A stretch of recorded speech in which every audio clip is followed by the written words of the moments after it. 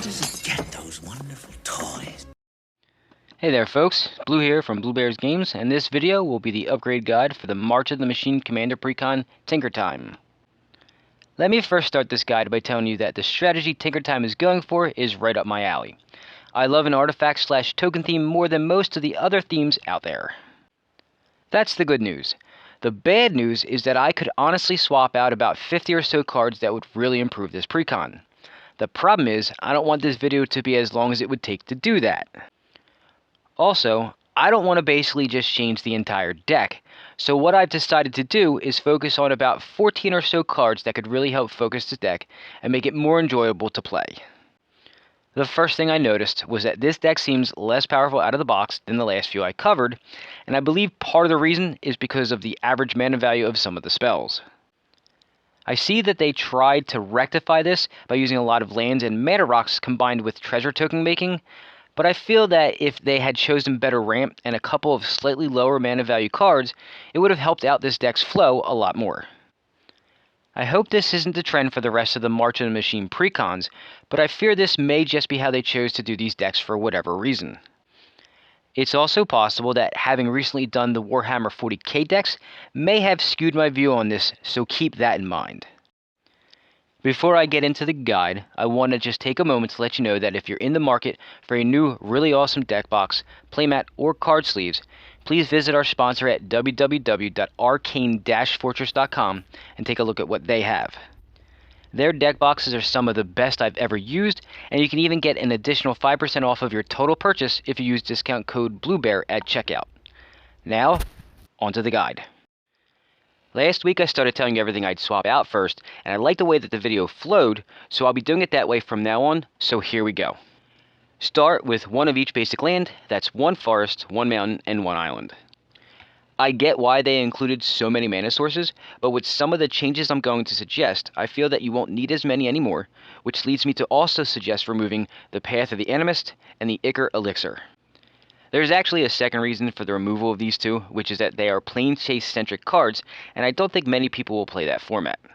I left the Fractured Power Stone in because at worst it's a 2 mana value rock that enters play untapped, which is actually a good thing. I'd also suggest removing the Weirding Wood because I have a slightly better suggestion for ramp and clue token making that I'll mention in just a little bit. Then I'll suggest removing the following. Cutthroat Negotiator, because I never want to fill my opponent's hand with cards unless it's to hurt them with things like Nekusar. Everquill Phoenix, because even though it creates a different type of token than any of the other cards, the rest of the abilities don't have a lot of synergy after that. Thopter Assembly, because we can already create Thopter tokens and that could actually hinder how it works. Plus, for 6 mana, I would like to get a little more powerful of an effect out of it. Workshop Elders, because 7 mana for that effect is just way too high, and I have a much better thing I can do for that cost, which again, I'll show you in just a bit. Vampire's Vengeance, because it's just not that good. Sure, it creates a token, but there's way better stuff out there than this. Masterful Replication, because 6 mana for just one of those effects is just too damn much. It should have been choose one or both for that much. The same goes for Saheeli's Artistry.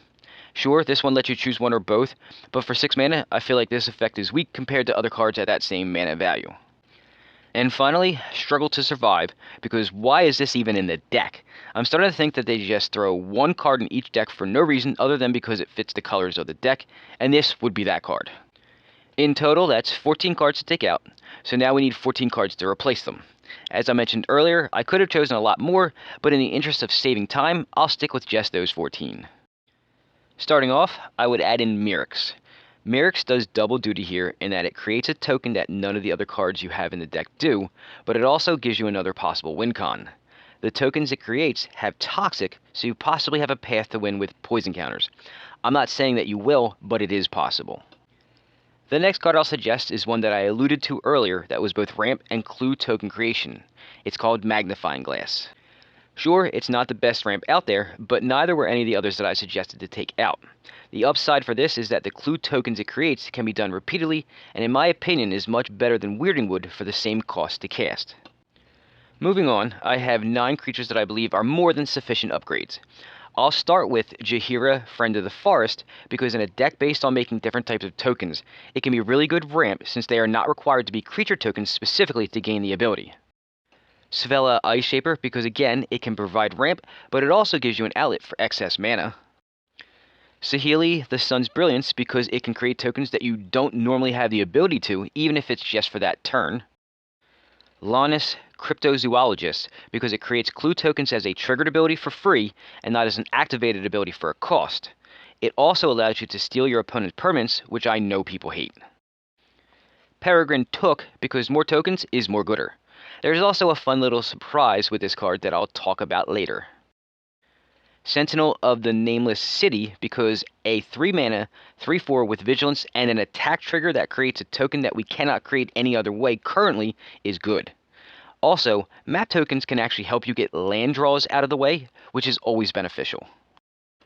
Pentivus is the other card I alluded to earlier. This card can really help get the tokens flowing. When paired with a couple of the cards I suggested, along with some already in the deck, you can amass a large number of different tokens quickly for not a lot of mana.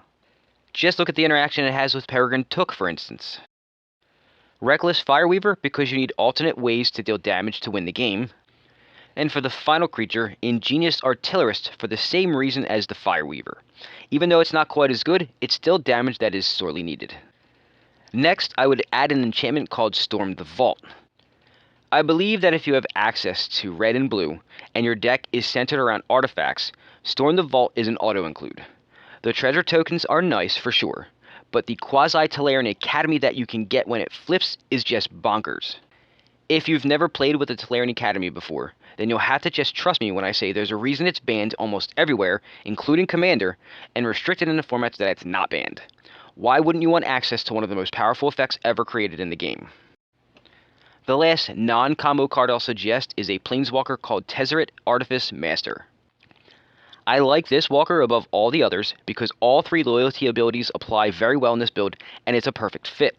Creating tokens, drawing cards, and tutoring for exactly what permanent you want are all pure benefits with no downside. And finally, as I always like to do, I'll end with a combo. For this one, we start with a card that came in the box already, Academy Manufacturer. Next, we add a card that I suggested earlier, Peregrine Took. And we complete the combo with my last suggestion for the guide, Stimulus Package. This is a fun one, but may require some explanation, so here we go. You start with both Academy Manufacturer and Peregrine Took on the field.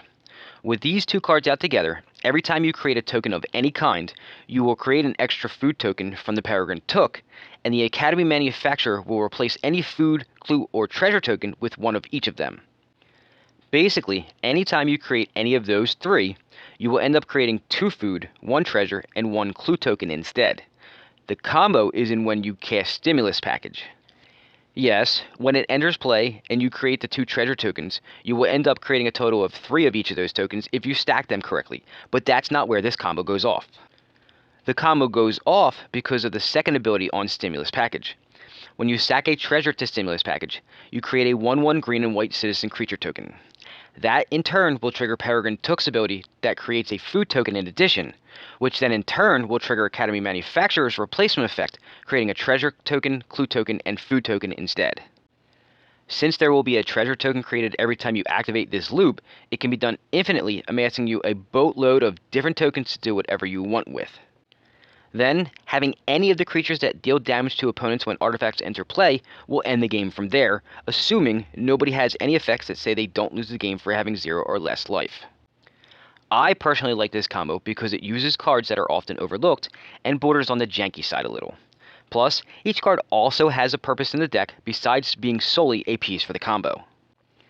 I also need to point out that the trio of Academy Manufacturer, Peregrine Took, and Pentivus is also 1 card away from Infinite as well. Do you know which card I'm thinking about? And that, my fellow Spellslingers, was my upgrade guide for the Tinker Time March of the Machine Commander Precon. It can be a fun deck out of the box, but I feel like you'd have more fun with it if you made a few of the swaps I've suggested in this guide. That's all I've got for you for now, but I'll be doing this again next week for another March of the Machine Precon. I just don't know which one yet, so you'll just have to check back next week to find out which one. Thanks for watching, and please give the video a like, check out our sponsor at arcane-fortress.com, and unless you go and watch some of my many other videos, be safe, Happy card slinging, and I'll see you all real soon.